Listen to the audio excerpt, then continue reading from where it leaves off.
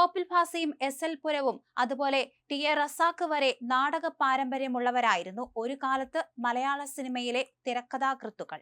ഇവരിൽ നിന്ന് മാറി എം.ടി. പത്മരാജൻ എന്നിങ്ങനെ മലയാള തിരക്കഥയെ ഇതിവൃത്തരായി മറ്റൊരു തലങ്ങളിലേക്ക് എത്തിച്ച എഴുത്തുകാർ കടന്നു വന്നപ്പോഴും അടിസ്ഥാനപരമായി സാഹിത്യകാരന്മാരായ അവരുടെ രചനകളിൽ സാഹിത്യാംശം ഏറി നിന്നിരുന്നു.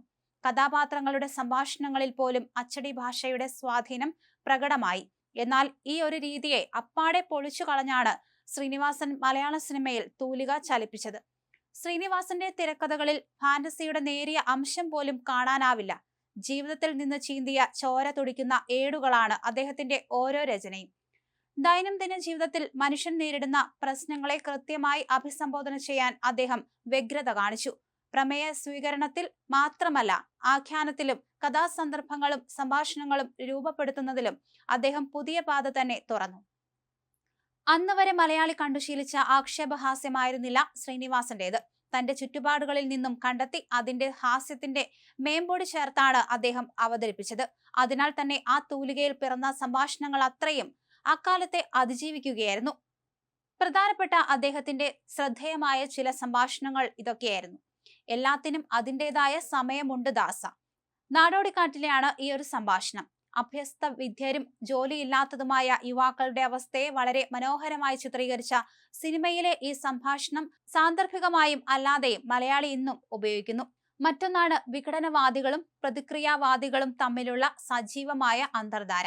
കാലത്തെ അതിജീവിച്ച സിനിമ ഇറങ്ങിയ കാലം തൊട്ട് ഈ കഴിഞ്ഞ തദ്ദേശ തെരഞ്ഞെടുപ്പിൽ വരെ എല്ലാവരും എടുത്തുപയോഗിച്ച നിരവധി രാഷ്ട്രീയ ആക്ഷേപഹാസ്യ സംഭാഷണങ്ങളാൽ സമ്പന്നമാണ് സന്ദേശം സിനിമ. എന്നാലും നമ്മളെങ്ങനെ തോറ്റു? എല്ലാവരും സാക്ഷരത നേടിയതാണ് നമുക്ക് തിരിച്ചടിയായത്. പോളണ്ടിനെ പറ്റി ഒരക്ഷരം മിണ്ടരുത് തുടങ്ങി എണ്ണമറ്റ നുറുങ്ങു സംഭാഷണങ്ങൾ. ഈ ചിത്രത്തിലെ തന്നെ ശ്രദ്ധേയമായ ഒരു സംഭാഷണമാണ് വിഘടനവാദികളും പ്രതിക്രിയാവാദികളും തമ്മിലുള്ള അന്തർധാര സജീവമാണ് എന്നത്. പാർട്ടി ക്ലാസുകളിലെ പ്രയോഗങ്ങളെ ഇത്രമേൽ പൊള്ളിച്ച സംഭാഷണം വേറെയുണ്ടോ എന്നത് തന്നെ സംശയമാണ്. മറ്റൊന്നാണ് നടി കുളത്തിലേക്ക് ചാടുകയാണല്ലോ, ക്യാമറയും ചാടട്ടെ. ചിന്താവിഷ്ടയായ ശ്യാമളയിലെ നടി കുളത്തിലേക്ക് ചാടുകയാണല്ലോ, ക്യാമറയും ചാടട്ടെ എന്ന സംഭാഷണം ഇന്നും പല സന്ദർഭങ്ങളിലും ഉപയോഗിച്ചു വരുന്നതാണ്. അറിയാത്ത മേഖലയിൽ ജോലിക്കെത്തുമ്പോൾ സന്ദർഭത്തിന് അനുസരിച്ചല്ലെങ്കിലും മലയാളി ഈ സംഭാഷണം എടുത്ത് പ്രയോഗിക്കുന്നതായി കാണാം.